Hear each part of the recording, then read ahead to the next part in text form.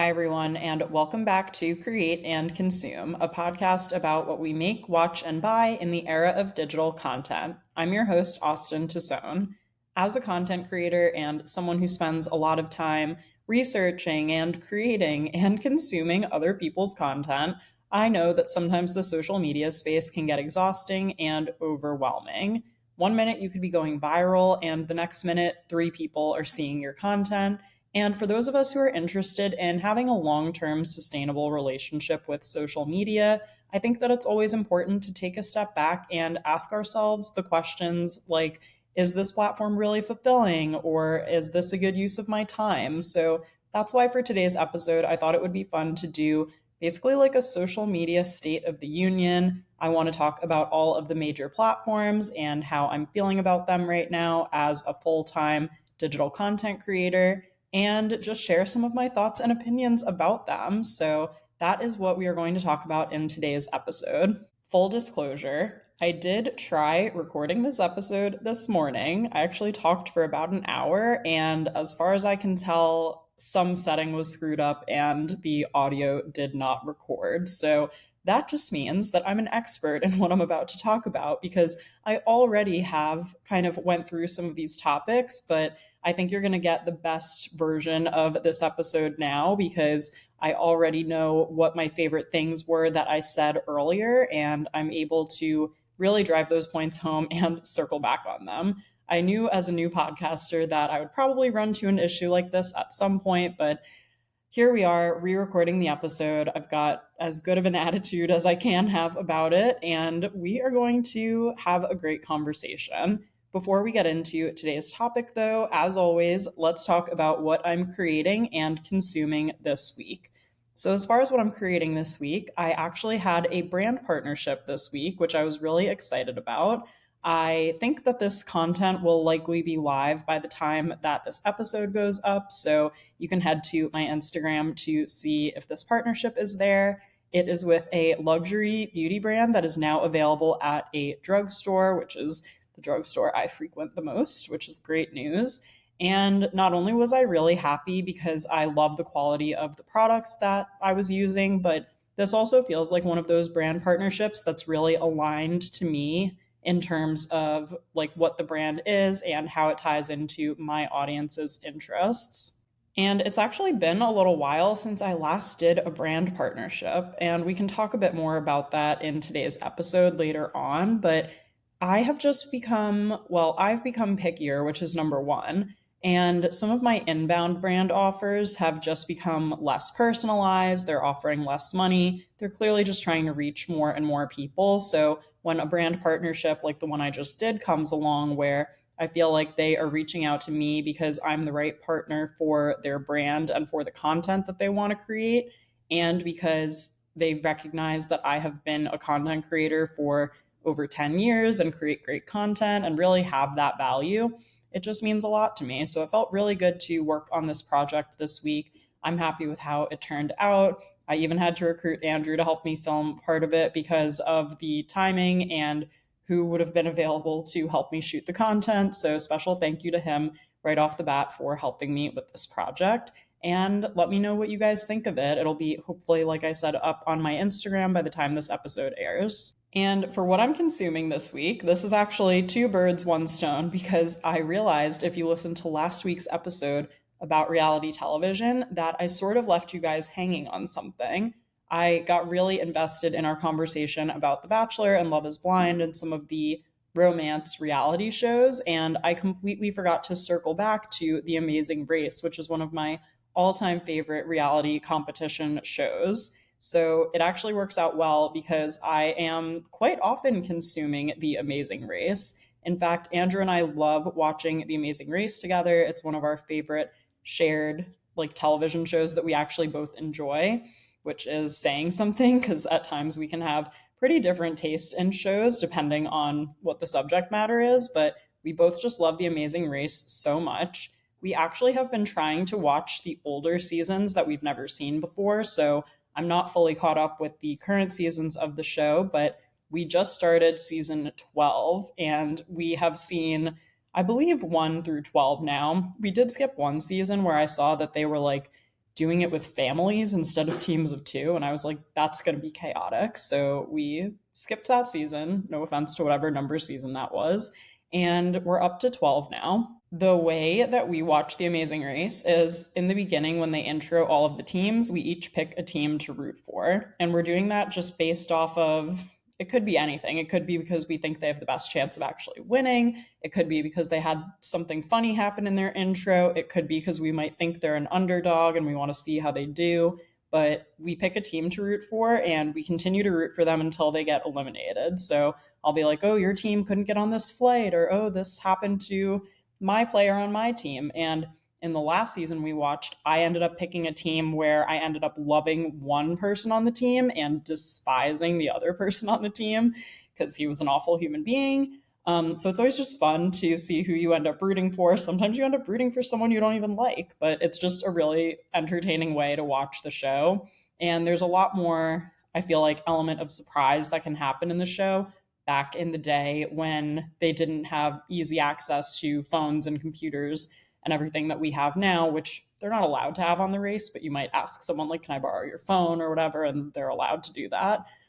So there's just a little bit more drama and a little bit more suspense. And they also go to some countries that I feel like I've never really seen like current players go to, or that I haven't seen them do in a little while. So it's been really enjoyable. I actually purchased these seasons just on Amazon, and most of them are like $6 before anyone is like, why is she purchasing TV when there's literally an endless amount of stuff to watch on streaming? So that is my Amazing Race shout out. I apologize for not circling back to it in the reality TV episode, but I just wanted to share that I really enjoy it. And I absolutely love seeing how these teams like handle themselves under pressure, and of course getting to watch them travel the world and experience new cultures. Let's get into today's topic, the social media state of the union. And if you're listening to this in the future, hi, hello. It is June 2024 at the time I'm recording this, so this is my thoughts and feelings about midway through this year. And I feel like it'll be helpful to let you know if a platform that I'm talking about is a primary posting platform for me or more of a secondary platform, and also how long I've been creating content on said platform. So let's start out with YouTube. I have been a YouTube content creator since 2017. You might actually be watching this podcast on YouTube right now, not on my main channel, which is just my name, Austen Tosone, but maybe on the Create and Consume podcast YouTube channel, which if you're just listening on Spotify or Apple or any of the audio platforms, we do have YouTube if you want to check it out. So, like I said, I started my other YouTube channel in 2017. And when I first got on YouTube, I basically just wanted to fulfill my dream of creating various YouTube videos. So, I will not pretend that the production quality was amazing or that the sound was good and not echoey, but I learned so much from just getting started and experimenting with posting different types of videos on my channel. So back in the early days, it could be anything from a fashion clothing haul to a beauty tutorial to a travel video or a day in my life vlog. And I was just having fun, basically throwing spaghetti at the wall and seeing what worked. And since it was a fun creative outlet, at first I didn't really care too much about what worked. So it just gave me a lot of creative freedom to basically create whatever I wanted and experiment with different content types and continue to improve even just from creating these videos for fun. So that's really how it started out. Today I see YouTube as this really like super valuable piece of my influencer business, and one of the things that enables me to be a full-time content creator with fewer than 100,000 total followers, because YouTube at the end of the day has a lot of things going for it that also align with people who are interested in having a sustainable influencer business. So number one, the lifespan of content on YouTube, it can't be compared to anything else. Like, you can create a video on your YouTube channel and that video can still be driving viewers to your channel, new subscribers, traffic years after you post it. And you simply cannot say that about some of the other social media platforms out there. And we'll get to those later, don't you worry.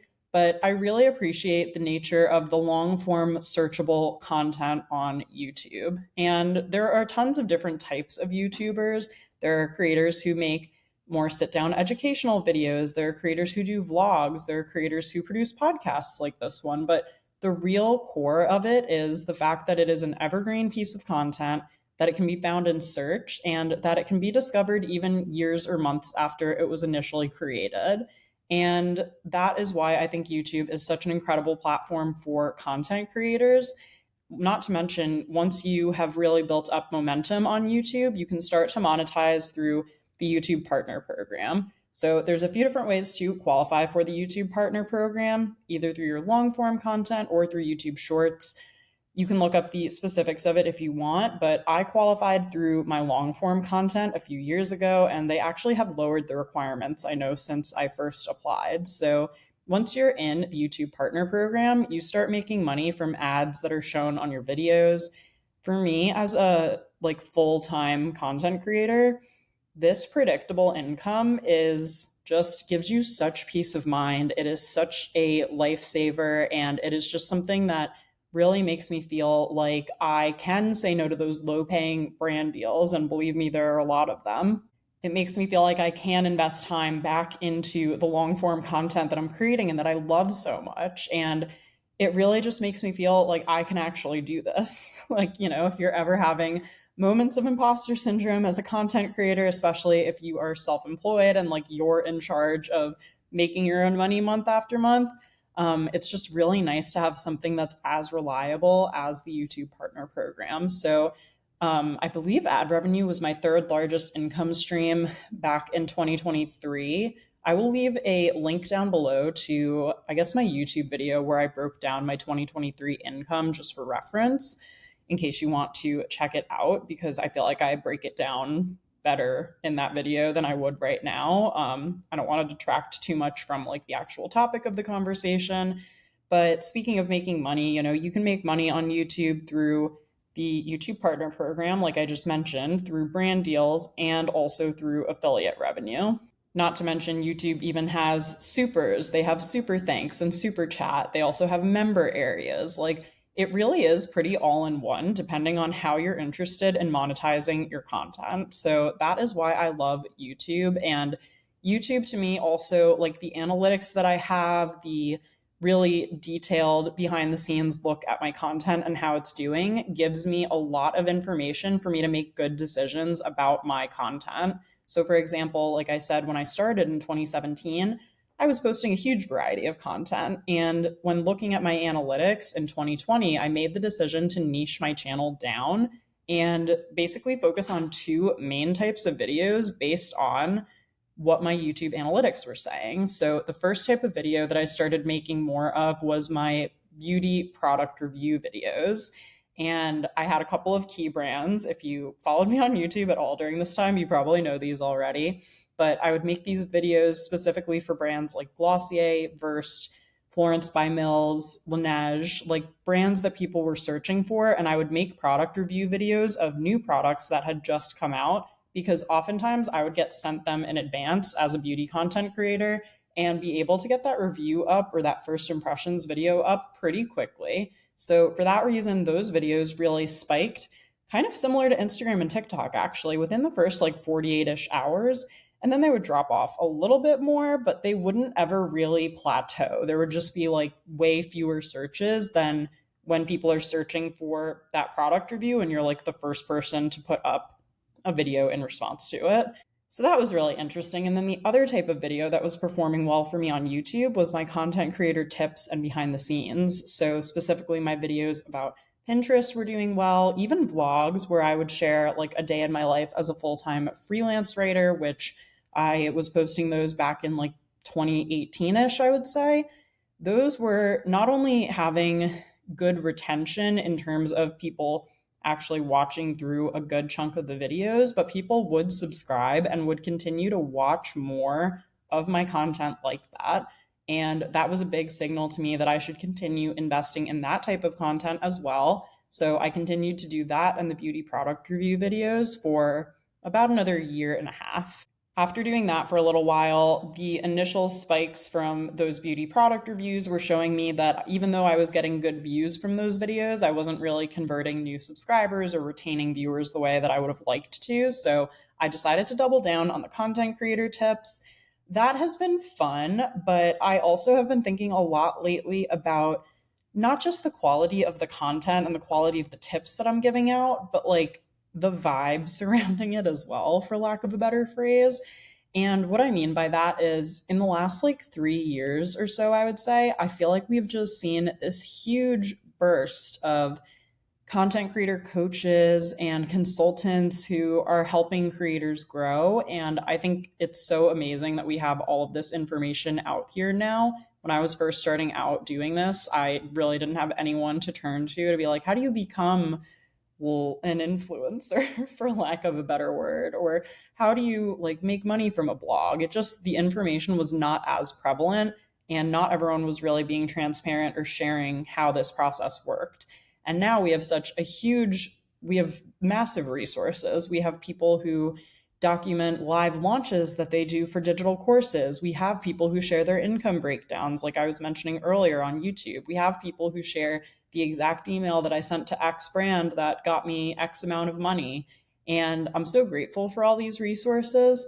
However, I feel like the vibe is just, I'm getting a little bit of redundancy from hearing the same content creator coaches say the same things over and over again. And there are obviously certain topics that perform really well, but just because a topic is performing well doesn't mean someone should be creating a video about it. We as content creators are just all so different. And while there are certain things that you really can map out and that can be taught, I just feel like the growth hacks, especially like that type of content about how to grow, like it's just so hard to share information that's going to work for a general group of people now, with where we're at in terms of algorithms and where we're at just in terms of the type of content that we're all creating. Because I was recently speaking with another creator who was like, oh my God, the silliest things that I post are the ones that go viral.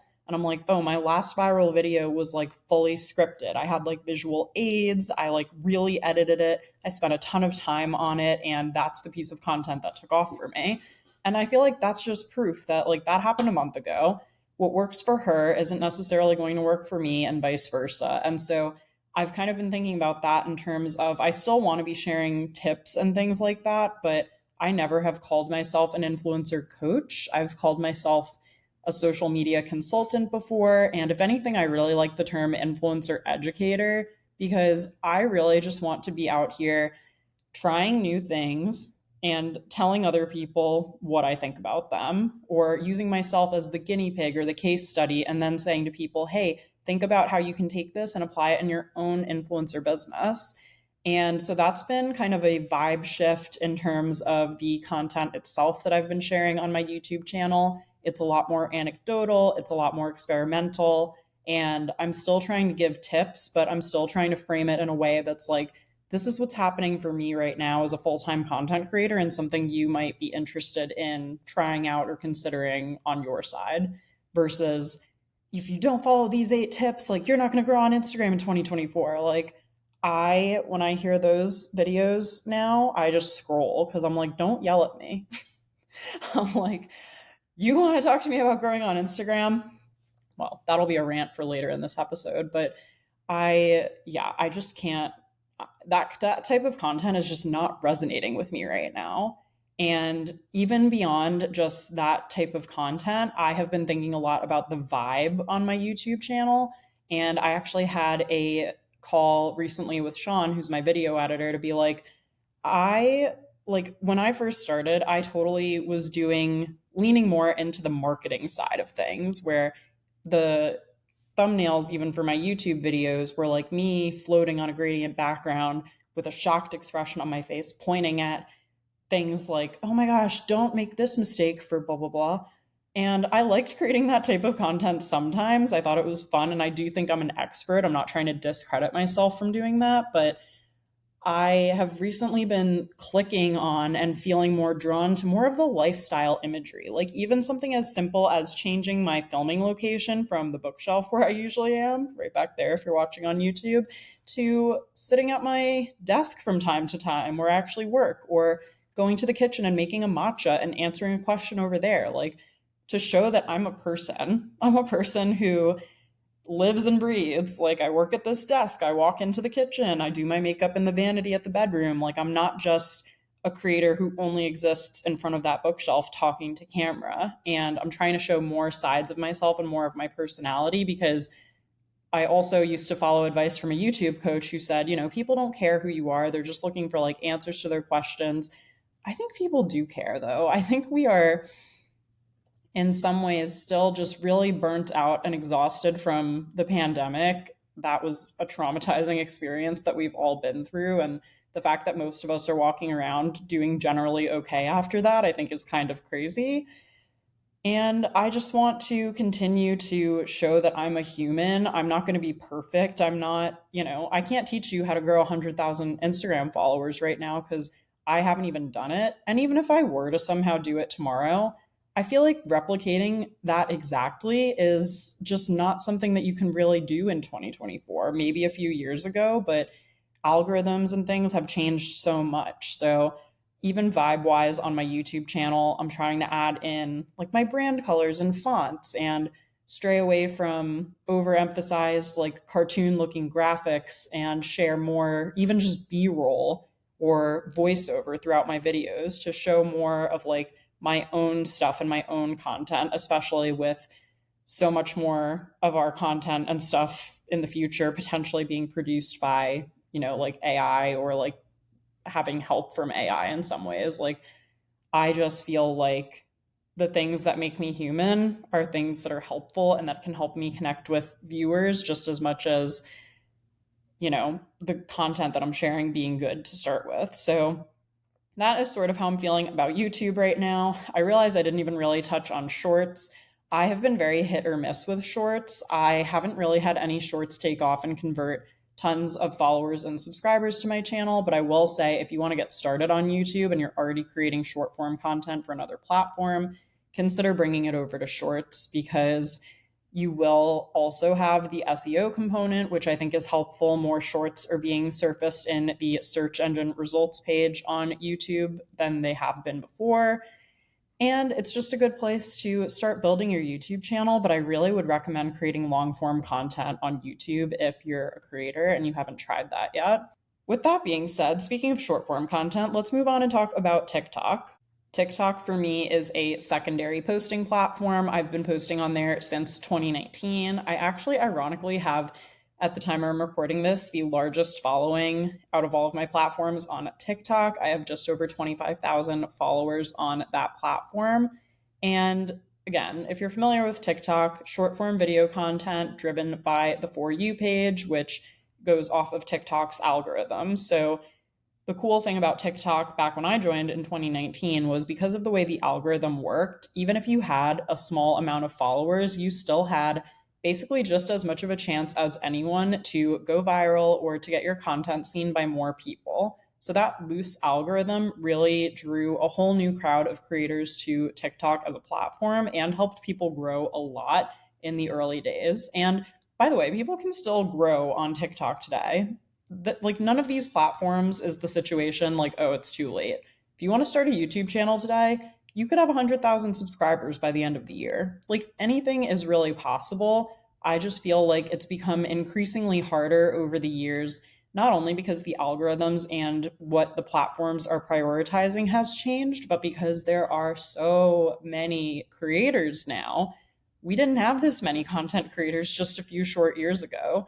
And a lot of that did start with TikTok. TikTok really democratized the content creation process so that anyone who, for example, maybe wanted to start a YouTube channel but never did because they were like, oh, I need a DSLR camera, or oh, I need to learn to edit long form video, or oh, I just don't have that much time, could create a video that went viral and edit it all on their phone, or even better, like use TikTok's editing tools and basically have them almost do it for you. And you could be like have 10,000 followers the next day or more. That is really what I think TikTok has done to the influencer industry, is it's enabled a whole new generation of content creators to have this job and to be able to do this without the need for fancy equipment, without the need for hiring out a huge team and without the need for spending all this time teaching yourself these filming and editing and production skills.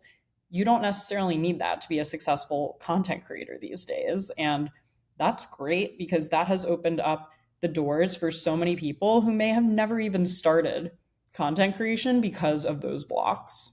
So, back when I started TikTok in 2019, I was kind of posting anything and everything just to see what would go off.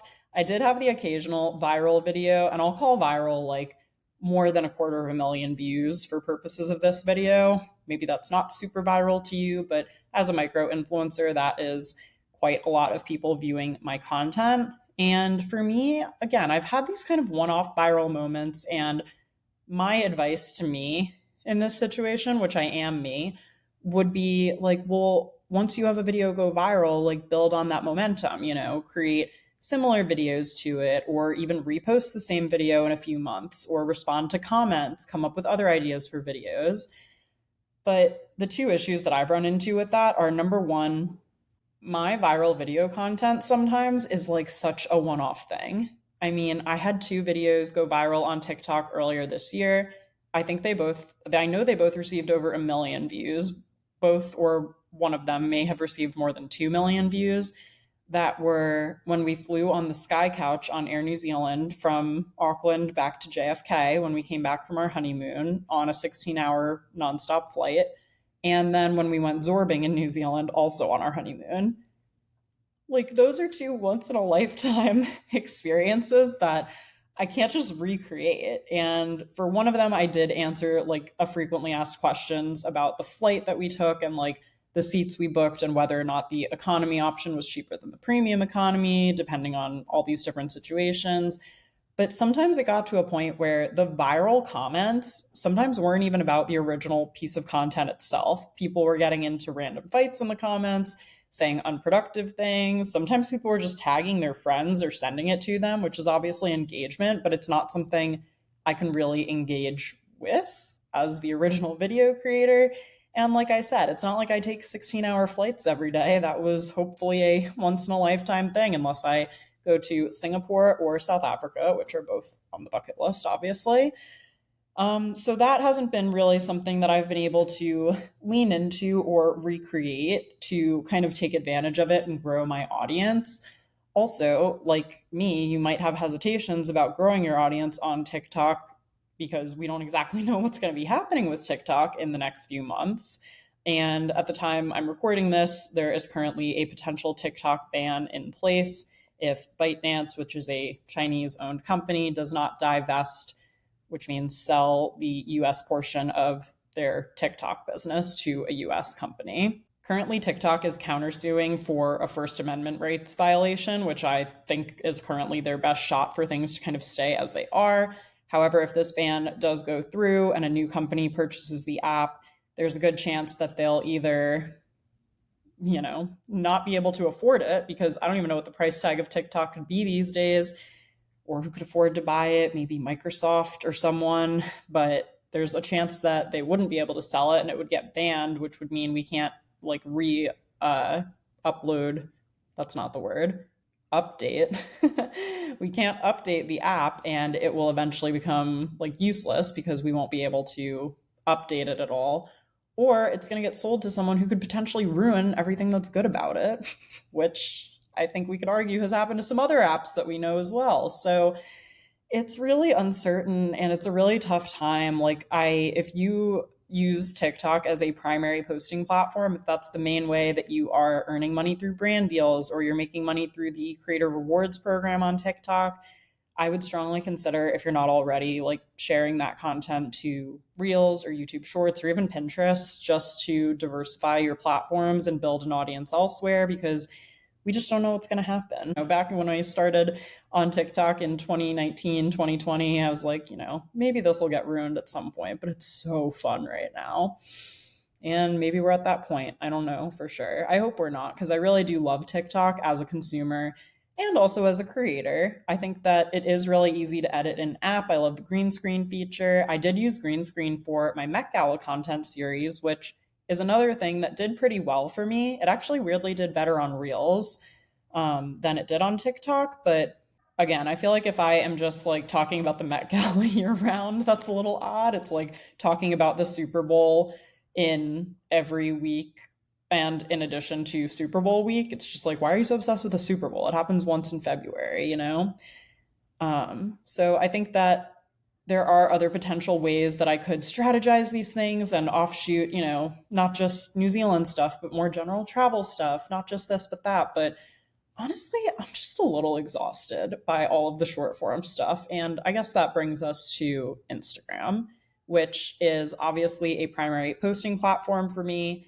I have actually been posting on Instagram consistently since 2012. Okay. So it's been 12 years that I have been actively uploading content to this app. When I first signed up for Instagram, I was basically posting my daily OOTDs. So I would ask friends in college and then later coworkers when I worked in the city, like, hey, you want to take my picture? You want to pop outside? We'll do a little outfit picture. And at first, I'm sure people were like, what the hell is this girl doing? But then it became pretty clear that I was onto something because I was not the only one uploading OOTDs to Instagram. Of course, in the early days, Instagram was best known for being a photo sharing app with its built in filters, XX Pro 2, anyone? That was always my go to, and Valencia. Oh, Valencia, wonder how she's doing. Anyway, it became a video app just as quickly, it seems like. And now when you open Instagram, I feel like it is mostly video with a little bit of photo still sprinkled in, or at least that's kind of what I see on my page. That could also be because I watch more reels than I see photos, and maybe it's because people are also posting more reels than they are photos. When Instagram rolled out Reels, I feel like it really changed everything because they had IGTV, obviously. They also had taken stories. They took that inspo from Snapchat. We will not be talking about Snapchat today, but sorry, Snapchat. I actually feel like they do have some interesting stuff going on, but since I'm not actively creating on there, I feel like I can't really speak to it right now. And anyway, I feel like Instagram has changed the most as a platform in the time that I've used it. And as a result, I've also had the most up and down relationship with Instagram. And I want to caveat this by saying, like, I don't think I would be here today without Instagram. I really do love it for various reasons. I especially love all of the people I've been able to meet and connect with as a result of just being on the app, which is so insane when you think about it. The fact that I have real life friends now and have made awesome connections with people who I never thought I'd cross paths with because I can DM them on Instagram is really crazy.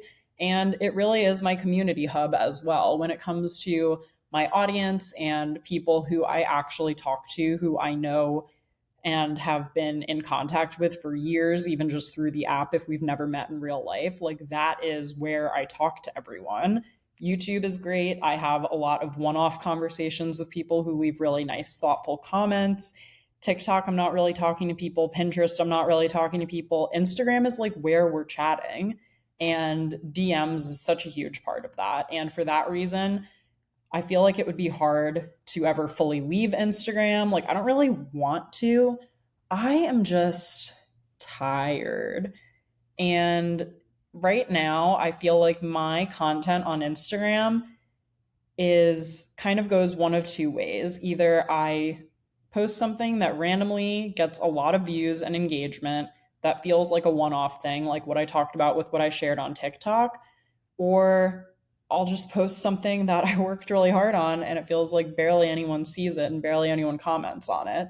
And that's not the type of dichotomy that I want to have on Instagram. Like, I don't want occasionally one piece of content to go so insanely viral that I get all these new followers only for my engagement to totally suffer because of that when I'm not creating that same piece of content over and over again, and then have all the content that I normally create and that I work really hard on seen by practically no one.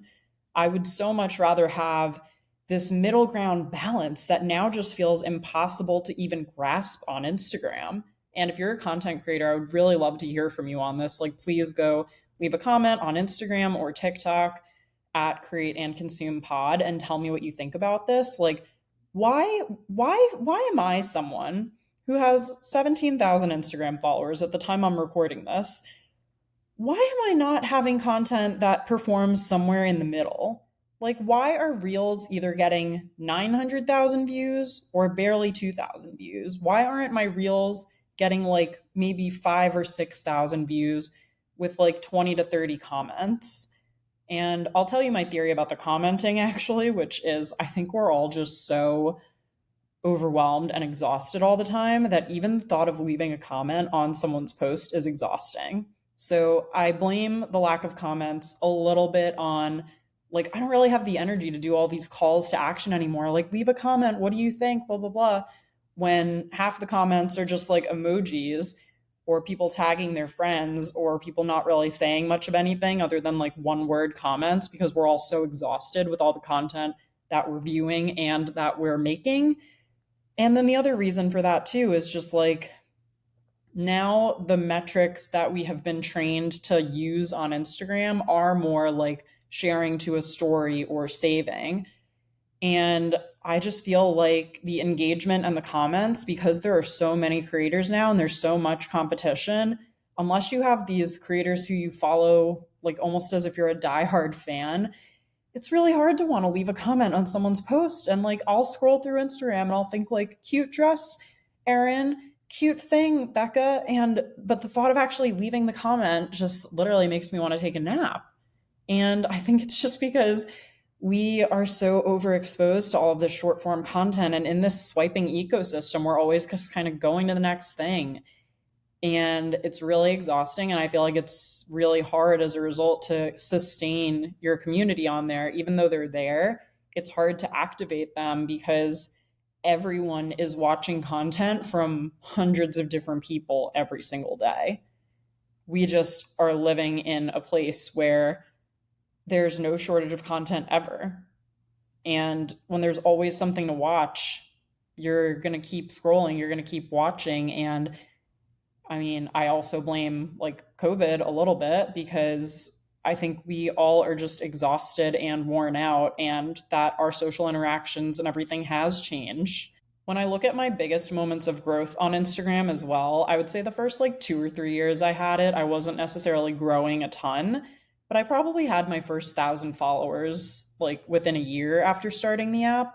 And I grew more when I was an editor at Nylon and Interview, and my byline would be in the magazine or it would be on the website. So maybe people would come and follow me for that reason. I wasn't really tagged in a ton of their social media stuff. So I don't really feel like I was able to take advantage of that the way that some like digital first editors probably were who grew their platforms that way. But I remember hitting 10,000 followers in, it must have been 2018 or 2019. And that was the biggest deal. I was living in my East Williamsburg apartment. I dragged my roommates out with me to celebrate. And that was big at the time because if you remember, that used to be when you could get access to swipe up links, which for like fashion and lifestyle bloggers who were using Instagram, that was huge for affiliates. And also, it just felt like a massive amount of people. Like, that is like 1/6 of an Eras Tour concert. Not to make everything about the Eras Tour, but here we are. And yeah, so it was just so crazy. And like, I was so proud of that milestone. And then I feel like all of my growth since then has been like so slow until the Met Gala this past year, which I made a YouTube video about how one reel brought me 3,000 new followers, which again is cool, but it's like just I don't know. It's so tricky because I'm obviously grateful to be growing at all, but it's got me thinking a lot about taking like a real break in some way from Instagram. And again, I'm not trying to be off of Instagram forever. I'm just trying to figure out if there's a way for me to have a more sustainable relationship with it because being in my third year as a full-time content creator and someone who's been posting on Instagram since 2012 who hasn't taken a break pretty much ever in that entire time, I'm just fucking tired. There's literally no other way to put it. I am exhausted. And I want to link also, I almost made this what I was consuming this week, but I do still think it's worth a shout out here. I was watching this creator who I like on YouTube. Her name is Modern Millie. I think it's Modern Millie or just Modern Millie, but I will link both of these videos down below. She did one where she talked about leaving Instagram and why she was doing it and what she was setting up in place for her business while she was going to take an Instagram break and sign off, and why she felt the need to do that. And then 4 months later, she uploaded another video about like what's happened since she left Instagram. This is why I love YouTube. This really got my gears turning. It really made me feel, it really made me empathize and see her point of view, and also get to know her a lot better through even just those two videos. I've seen sporadic videos of hers over the years, but these two in particular I thought were really well done, where she highlights, not just Instagram as a content creator, but Instagram as a consumer, where all day, every day, when you see something on Instagram, you're just comparing your life to someone else's.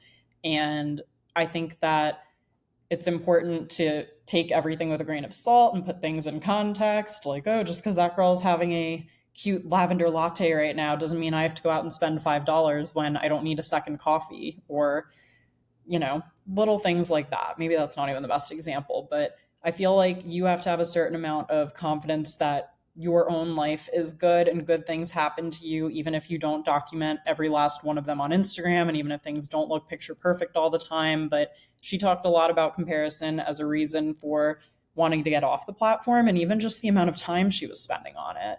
And I've been thinking about my like phone time, my screen time lately as well, and it is a lot. And I like Instagram and TikTok as an escape as much as the next person, but the line between work and just being on there for fun is like so blurry. I can't even see it anymore.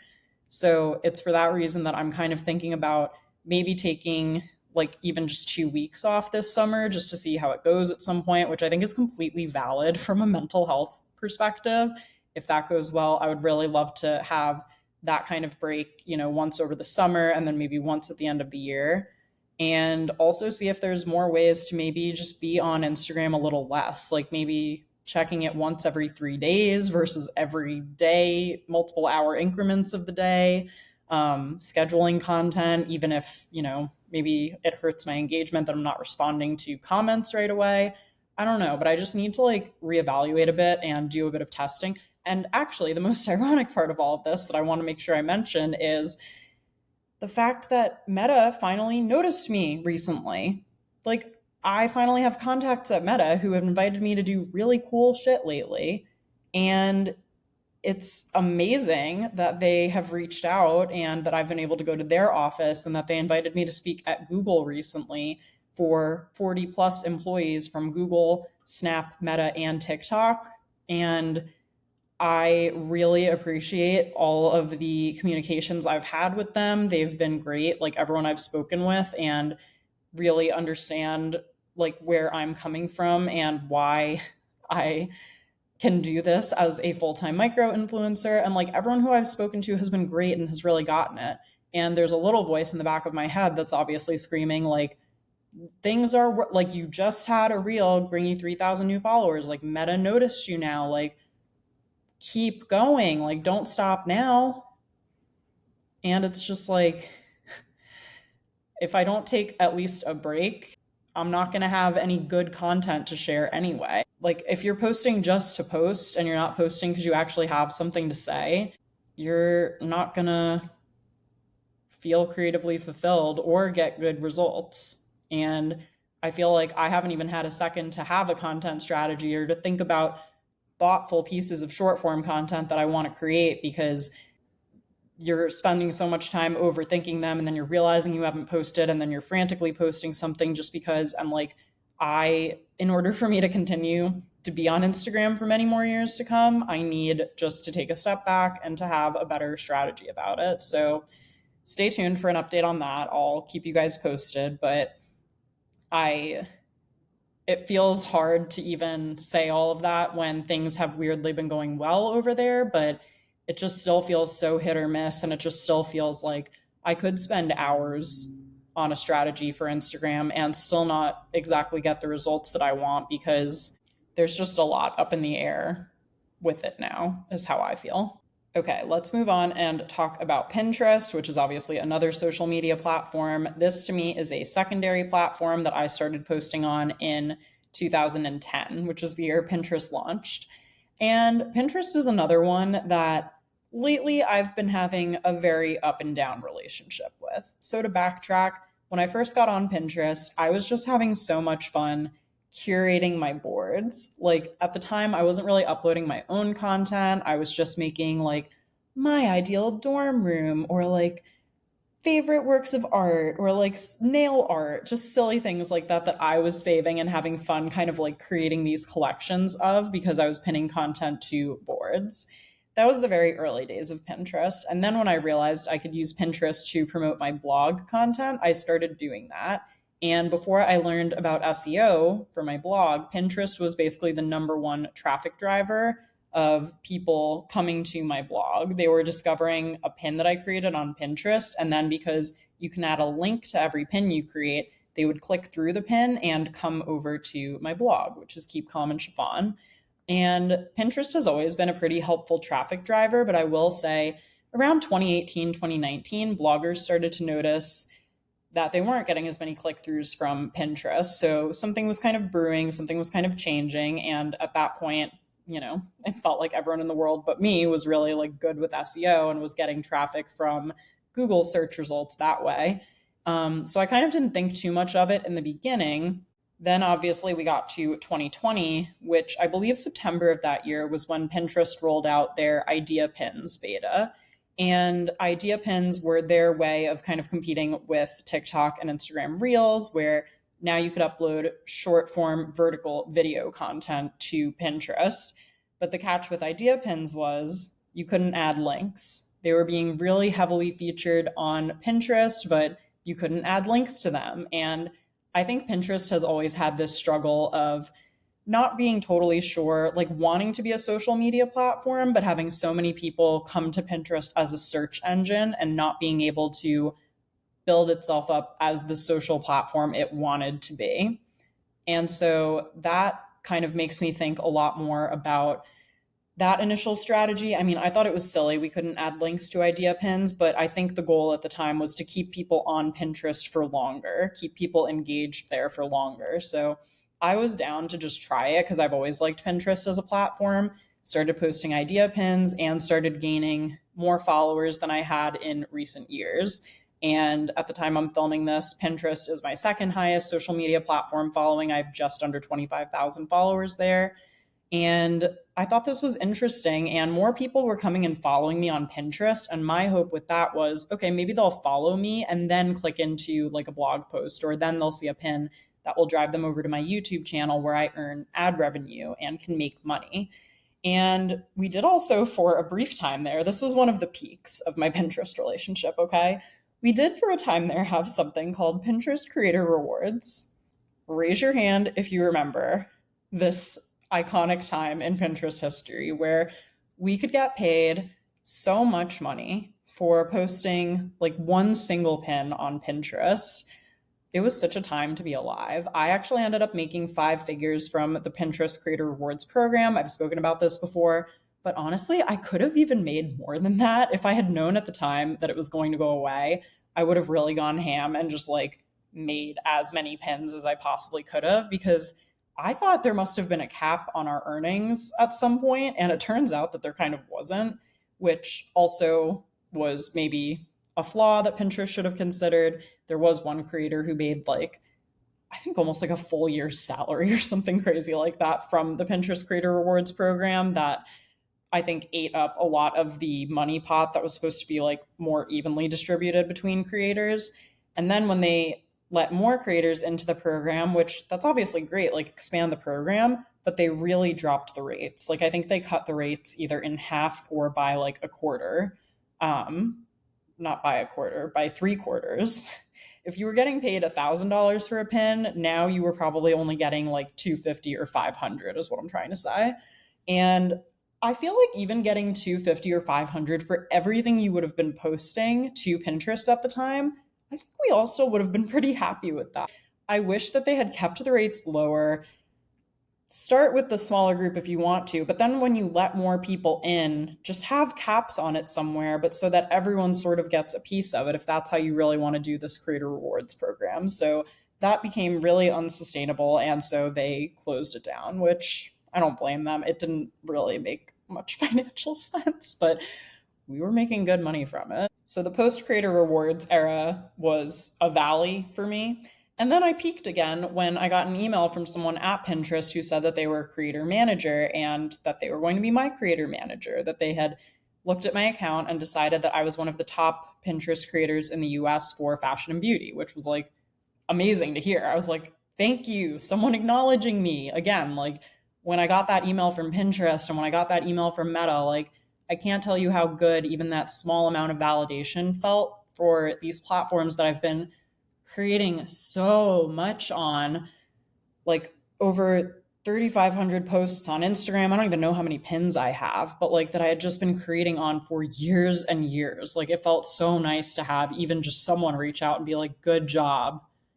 I'm really not asking for a lot here, but anyway, so I got this email from my new creator manager and she was fantastic. Like we would have quarterly meetings where we would talk about my Pinterest strategy. She would show me like a deck that she had created for my account of like what was doing well, what I could have been doing better, all of the like basic metrics that I should have been hitting for my account growth and stuff like that. It was so beyond helpful. Not to mention, they connected me to some fabulous brands. I was able to work with Kate Spade and Walmart on Pinterest brand deals in 2023 that paid very fairly, like paid really well, actually. And that made me feel so seen and so validated. I got to connect with other creators. I got to attend more like webinars and things like that. That program was just amazing. And where is it now? I don't really know what happened to it. It's kind of just gone. And now we just have this basically community forum, which is obviously not nothing. And from what I've been told, it's invite only. So I'm still grateful to be in it, but it's just been like it was up and then it was down and then it was up and now it's down again. And I'm just like, again, I'm tired. It's so crazy how being self employed, you'd think I'd be like bouncing off the walls, literally doing whatever I want. But it's crazy how much I crave routine and stability in my work and in my business, which I don't think is that different from someone with a 9 to 5. Like, of course, you want routine and stability in your income source, you know? So that's where I'm currently at with Pinterest. I kind of have dropped a little bit from, I used to create usually like one static pin a day and then one video pin. Now they're all pins. I shouldn't be using those terms. As of last year, they turned all the formats back into pins and now you have the same capabilities across all pin types. So you can add a link to any pin and we're all good there. But even lately, like I've been scheduling some pins, but basically just every other day, nothing that crazy. I've been doing some save from URL pinning where I take like a blog post of mine and I'll save those pins and not put too much thought into it, but still stay active. And Pinterest has always been a secondary platform for me for that reason, because it helps me drive traffic to other areas of my business where I am making more predictable money, like my blog or my YouTube channel. And that's that on that with Pinterest currently. But I do like Pinterest just in the sense that I don't feel as much comparison, because when I see content on Pinterest, it's a bit more standalone and I don't necessarily tie it in my head to the creator as much. So to me, it's like, oh, just a beautiful piece of like chicken marsala floating around, and not like me seeing it on a content creator's Instagram story who, you know, just got invited on a brand trip that I wanted to go on and just did this really fun trip or did this home DIY that I've been wanting to do. And then me seeing the nice plated chicken marsala and being like, that's the last straw. Like, I can't look at her chicken marsala. Like, her life's too perfect. Um, Hopefully you know what I mean. I don't know why I picked chicken marsala. I have never actually made that myself, so maybe I'll go on Pinterest and find a recipe for it. But again, Pinterest is one of those platforms where like I've never really had mean comments or, you know, anything controversial on there. It's kind of just been like a happy-go-lucky place for inspiration, and I'm okay with it being that for just a few minutes too. And I did just want to throw out a few rapid fire ones towards the end. Actually, I don't know how rapid we'll be, but I see I've already been talking for about an hour, so I'm going to move through these swiftly. I wanted to make sure I talked about the primary ones that you're probably most interested in first, and then I just wanted to throw in a few others. I did just mention my blog with Pinterest. I've had my blog since 2012.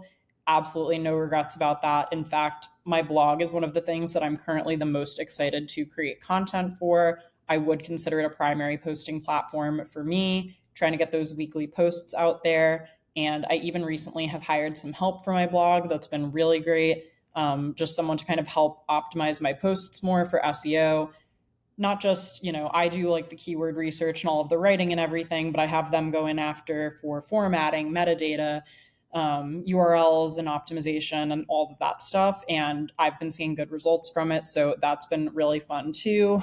And I just want to continue to invest in my blog because it really can be the hub, obviously, for earning ad revenue, which I'm doing through the She Media ad network, and also affiliate sales and selling digital products and building a connection with a reader somewhere where I own what's going on. And like I'm in charge of that content. I'm never going to get that, it's not like my account could get suspended like it could on TikTok. I've heard of plenty of creators who that's happened to. Like my blog is mine and no one can take that from me.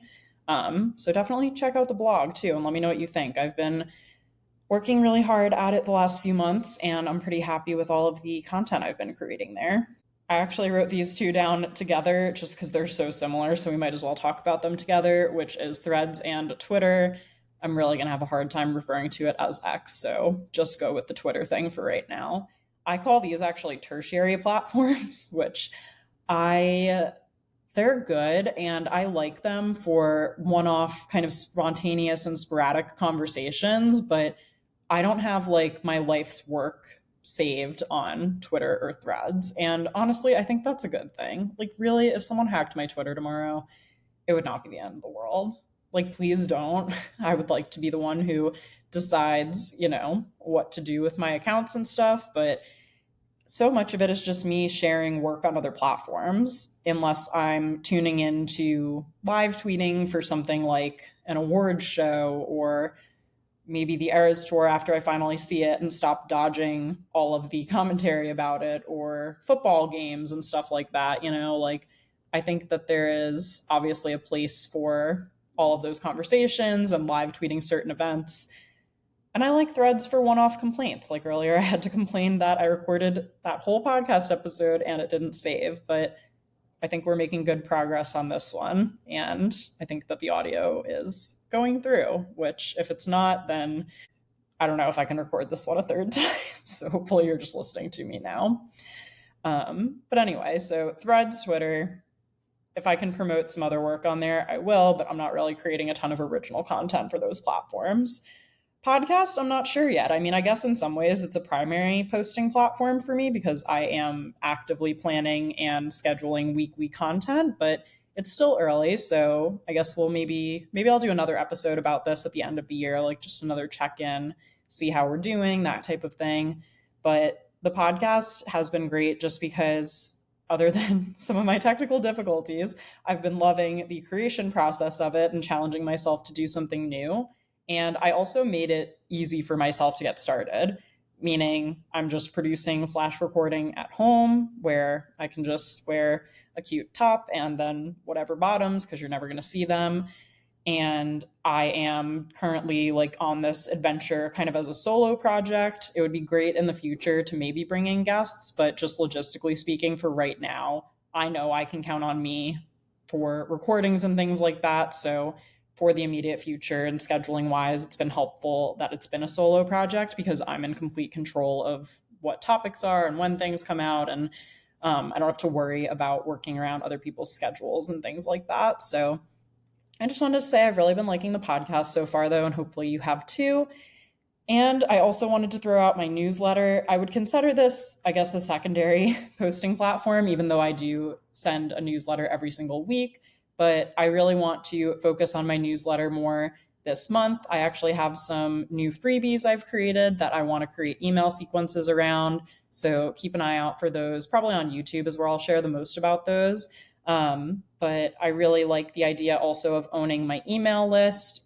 Conversions on email, return on investment for email marketing is often much higher than social media. So if I'm selling like my digital courses and my digital products and things like that, email is really where I want to be marketing those things. So making sure that I give people some good freebies in exchange for signing up for my list so that they feel like they're getting value from that. I recently switched from MailChimp to ConvertKit too, which has been great. Also, I saw ConvertKit is rebranding to Kit. And I saw they were doing it like publicly on their Instagram, which I'm kind of into. So I'm going to be following along with that and seeing what they're doing on that front. But I'm actually really excited for them. This is a rebrand that I don't hate. All right, you guys, and that was a little summer social media state of the union. Thank you so much for joining me on today's episode. Like I said, I would really love to hear from you. So head over to at Create and Consume Pod on Instagram or TikTok. Leave me a comment and let me know what you think about all of the social media platforms right now. If you have a favorite, if you have one that you hate, if you've ever taken an extended break from a social media platform, please let me know too. I would love to hear from you. As a reminder, you can support Create and Consume for free in any of the following ways. You can leave us Apple and Spotify ratings and reviews. Please rate us 5 stars. It is so helpful for a new podcast like mine to get out there. You can like, subscribe, and hit the notification bell. If you're watching this episode over on YouTube, you could send this episode to a friend who might enjoy it. And of course, don't forget to check out createandconsumepodcast.com for episode recaps and more. Thanks so much for listening, and I'll talk to you soon.